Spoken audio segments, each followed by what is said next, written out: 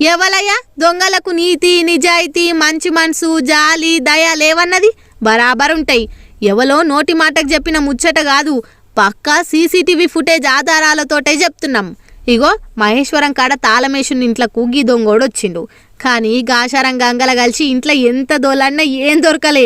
మరి ఆ ఇంటోళ్ళు జాగ్రత్తతోనే అన్ని దాచిపెట్టి పోయిరో ఏందో గాని ఎంత దానిలన్నా ఏం దొరకకపోయేసరికి నా దరిద్రాన్ని దయ్యాలు ఎత్తుకపోను అని సీసీ కెమెరా ముంగట్టుకొచ్చి మీరు అసలు మనుషులేనా, మానవత్వం ఉందా, నా సొంటడు ఒకడు వస్తాడు ఇంట్లేమన్నా వెట్టిపోవాలని తెలియదా అని నోర్నోయంగా తిట్టి దూపైంది కావచ్చు. ఫ్రిడ్జ్లకెళ్ళి నీళ్ళ బాటిల్ తీసుకొని బుక్కెట్ నీళ్ళు తాగి ఇగో మీ పాపిష్టి సొమ్ము నాకేమొద్దు తీసుకోర్రి అని 20 రూపాయలు పెట్టి పోయిండు. ఏం లేని దానికి ఎందుకింత పెద్దిల్లు, వీళ్ళు నాకంటే దరిద్రులు ఉన్నట్టున్నారు. నా గాశారం ఏంది ఇలా గిట్ల పాడైంది అని నారాజైండు కావచ్చు పాపం. దొంగలు ఎట్లా తయారైతురు చూడుర్రి.